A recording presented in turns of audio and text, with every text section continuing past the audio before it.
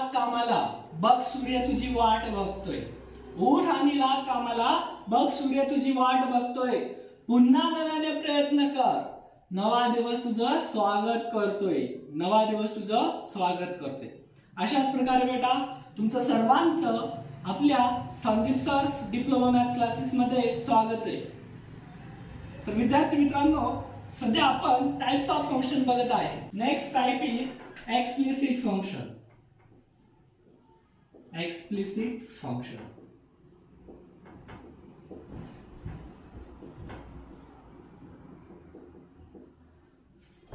A function in the form of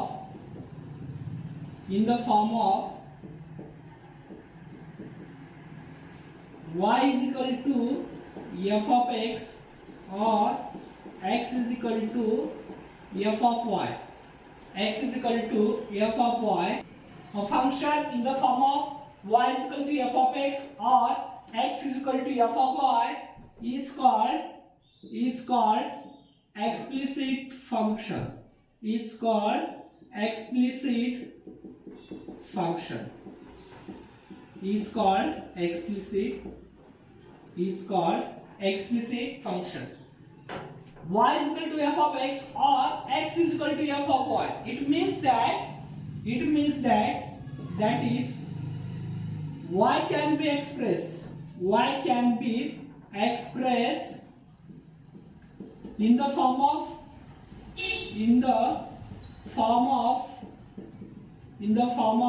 x, or x can be expressed in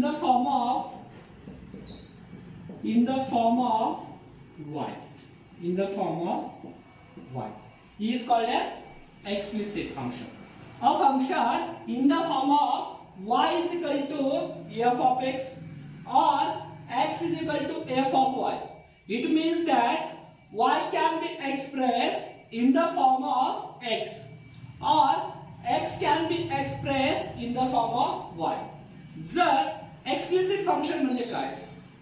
Explicit function म्हणजे अशा function की त्या function मध्ये आपण y हा x च्या फॉर्म मध्ये एक्सप्रेस करू शकतो किंवा x हा y च्या फॉर्म मध्ये एक्सप्रेस करू शकतो.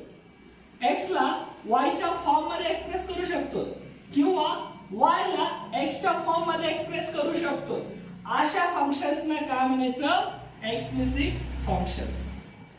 एक व्हेरिएबल दुसऱ्या व्हेरिएबलच्या फॉर्म मध्ये आपल्याला एक्सप्रेस करता येऊ शकतो. अशा फंक्शन्स ना काय म्हणायचं? Explicit function. म्हणजे x हा व्हेरिएबल तुम्ही y च्या फॉर्म मध्ये एक्सप्रेस करू शकता आणि y हा व्हेरिएबल x च्या फॉर्म मध्ये एक्सप्रेस करू शकता. अशा फंक्शन्स ना एक्सप्लिसिट फंक्शन्स म्हणायचं. एक एग्जांपल बघूया. y is equal to x square plus 5x plus 6. 5x plus 6. आता पहा, हे y जो व्हेरिएबल आहे हा y टोटली काय झालेला आहे? x च्या फॉर्म मध्ये एक्सप्रेस झालेला आहे. x च्या फॉर्म मध्ये एक्सप्रेस झालेला आहे. त्याला काय म्हणायचं मग? त्याला म्हणायचं explicit functions. Second example, y is equal to x square plus e to the power x plus sin x. e to the power x plus sin x. हा बघा, इथे सुद्धा काय होतंय? हा जो y व्हेरिएबल आहे तो टोटली पूर्णतः x च्या फॉर्म मध्ये एक्सप्रेस केलेला आहे. मग अशाच फंक्शन्स ना काय म्हणायचं? Explicit functions. हा y व्हेरिएबल आहे, तो y व्हेरिएबल काय झालेला आहे? टोटली x च्या फॉर्म मध्ये एक्सप्रेस झालेला आहे. या एक्झाम्पल मध्ये त्यांनाच काय म्हणायचं? Explicit function. हे झालं y x च्या फॉर्म मध्ये. आता आपण x हा y च्या फॉर्म मध्ये बघूया. Another example, x is equal to log y plus tan of y plus e to the power y. ह्या एक्झाम्पल मध्ये बघा, हा x आहे तो टोटली y च्या फॉर्म मध्ये एक्सप्रेस झालेला आहे, y या व्हेरिएबलच्या फॉर्म मध्ये एक्सप्रेस झालेला आहे. म्हणजे अशा फंक्शन्स, या अशा फंक्शन्सनाच काय म्हणायचं बेटा, अशा फंक्शन्सनाच काय म्हणायचं, explicit functions. Another example, x is equal to y square plus 2y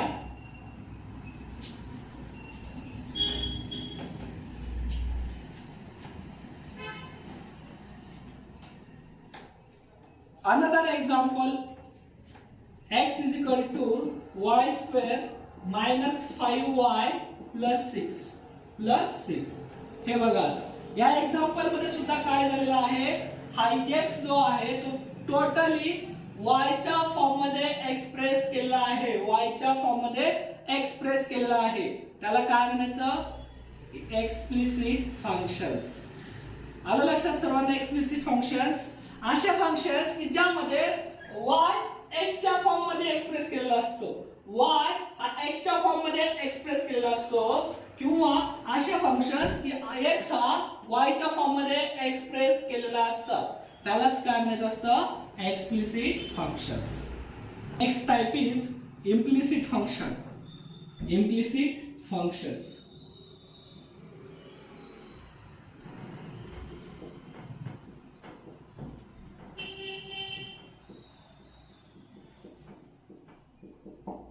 implicit functions. Implicit functions काय असतात, कोणत्या फंक्शन्सना इम्प्लिसिट फंक्शन म्हणायचं. A function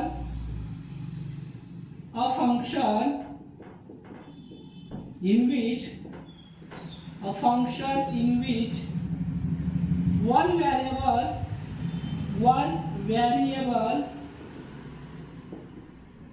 cannot be expressed in the form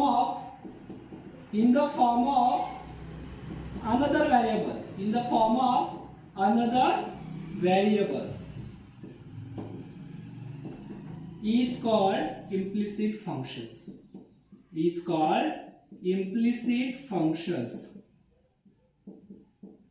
Implicit function. A function in which one variable cannot be expressed in the form of another variable is called as implicit function. म्हणजे अशा functions की त्या functions मध्ये आपल्याला y हा x या व्हेरिएबलच्या form मध्ये आपण एक्सप्रेस करू शकत नाही, किंवा x हा व्हेरिएबल y च्या फॉर्म मध्ये एक्सप्रेस करू शकत नाही, अशा फंक्शन्सना इम्प्लिसिट फंक्शन्स म्हणतात. आता आपण एक्झाम्पल बघूया इम्प्लिसिट फंक्शन्सचे. एक्झाम्पल बघूया इम्प्लिसिट फंक्शन्स.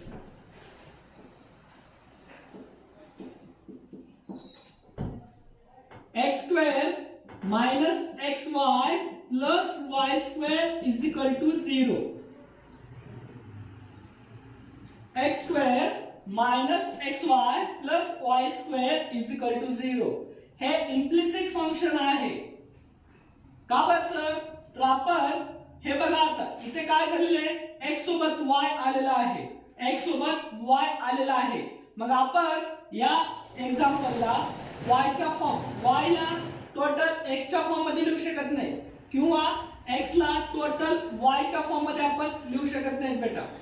मग अशा एक्झाम्पलला काय म्हणतात, इम्प्लिसिट फंक्शन. आता एखादा विद्यार्थी असतो, तो म्हटला सर नाही सर मी आता y च्या फॉर्म मध्ये लिहू शकतो, मग त्याने प्रयत्न केला y च्या फॉर्म मध्ये लिहिण्याचा. तर इकडे लक्ष द्या, तर त्याने काय केला, प्रयत्न केला, y square is equal to हा x स्क्वेअर आहे तो तिकडे नेला, RHS ला घेऊन गेला, इकडे LHS वरून RHS ला जाताना हा पॉझिटिव्ह आहे, तर RHS ला गेल्यास काय होईल, निगेटिव्ह होईल, हा होईल -x स्क्वेअर. हा -xy LHS ला आहे, तो काय करेल, याला RHS ला घेऊन येईल, मग तो RHS ला घेऊन येताना काय होईल, हा मायनसचा प्लस होऊन येईल, +xy. मग आता बघा त्याच्या लक्षात आलं, मिक्सच्या फॉर्म मध्ये लिहित असताना काय झालेलं आहे, इथं y ची पण टर्म प्रेझेंट आहे, इथं y पण आलेले आहे. म्हणजे काय, हा टोटली x च्या फॉर्म मध्ये आहे का बघा बरं, नाहीये. हा टोटली x च्या फॉर्म मध्ये नाही, म्हणजे इथं y सुद्धा आलेला आहे सर. तर मग अशा एक्झाम्पल्सला काय म्हणायचं असतं, अशा फंक्शन्सना इम्प्लिसिट फंक्शन्स म्हणतात. इम्प्लिसिट फंक्शन्स म्हणायचं म्हणजे ज्याच्यामध्ये y ला x च्या फॉर्म मध्ये लिहू शकत नाही तुम्ही आणि x ला y च्या फॉर्म मध्ये लिहू शकत नाही, अशा फंक्शन्सना काय म्हणायचं बेटा, इम्प्लिसिट फंक्शन्स. नेक्स्ट एक्झाम्पल, समजा x³ plus y³ plus 3x² plus 3y² x is equal to 0 पहा बरं. आता ह्या एक्झाम्पल मध्ये सुद्धा x सोबत y आलाय, इथं सुद्धा y सोबत x आहे, इथं x सोबत y आहे, y सोबत x आहे. म्हणजे आपण x ला y च्या फॉर्म मध्ये नाही एक्सप्रेस करू शकत आणि y ला x च्या फॉर्म मध्ये एक्सप्रेस नाही करू शकत. मग अशाच फंक्शन्सना काय म्हणायचं असतं बेटा, इम्प्लिसिट फंक्शंस. और एक एग्जांपल लेंगे हम, चलो x² plus y² is equal to sine of xy is equal to sine of xy. आता या एक्झाम्पल मध्ये सुद्धा इथे x सोबत y आलेला आहे, x सोबत y आलेला आहे. मग आपण याला सुद्धा x च्या फॉर्म मध्ये एक्सप्रेस करू शकत नाही किंवा y च्या फॉर्म मध्ये एक्सप्रेस करू शकत नाही. समजा आता तुम्ही प्रयत्नच केला की त्याला x च्या फॉर्म मध्ये नाही किंवा y च्या फॉर्म मध्ये तर आम्ही एक्सप्रेस करायचा प्रयत्न केला, तर काय होईल बघा. तुम्ही x² इज इक्वल टू हा प्लस y² LHS चा RHS ला घेऊन गेला तर काय होतं, तो रूप बदलून येतं सर, ते प्लस च मायनस होतं, प्लस च मायनस होतं. मग ह्या एक्झाम्पल मध्ये बघा आता बेटा, तुम्ही काय करत होता, x ला टोटली y च्या फॉर्म मध्ये एक्सप्रेस करण्याचा प्रयत्न करत होता, पण काय झालेलं आहे, इथं x अगेन प्रेझेंट आहे, x प्रेझेंट आहे म्हणजे तुम्ही x ला y च्या फॉर्म मध्ये एक्सप्रेस नाही करू शकत. पण तुम्ही काय केलं, तर y ला x च्या फॉर्म मध्ये एक्सप्रेस करायचा प्रयत्न केला. मग y² इज इक्वल टू हा प्लस x² आहे, चालत तर काय होईल, हा प्लस चा निगेटिव्ह होईल RHS ला आल्यानंतर. Sine of xy is equal to minus x². तर तुम्ही दुसरा प्रयत्न काय करत होता, या y ला x च्या फॉर्म मध्ये एक्सप्रेस करण्याचा प्रयत्न करत होता, पण काय झालं, इथं y ची टर्म प्रेझेंट आहे, y ची टर्म प्रेझेंट आहे. म्हणजेच काय, ज्या फंक्शन्स मध्ये x हा व्हेरिएबल y व्हेरिएबलच्या फॉर्म मध्ये एक्सप्रेस करता येत नाही, y हा व्हेरिएबल x च्या फॉर्म मध्ये एक्सप्रेस करता येत नाही, अशा फंक्शन्सना काय म्हणतात, इम्प्लिसिट फंक्शन. इम्प्लिसिट फंक्शन नावातच आहे बेटा, सर्व काही नावातच आहे. बरोबर, इम्प्लिसिट फंक्शन म्हणजे इम्पॉसिबल आहे, एक व्हेरिएबल दुसऱ्या व्हेरिएबलच्या फॉर्म मध्ये एक्सप्रेस करणं हे इम्पॉसिबल आहे, त्याला म्हणतात इम्प्लिसिट.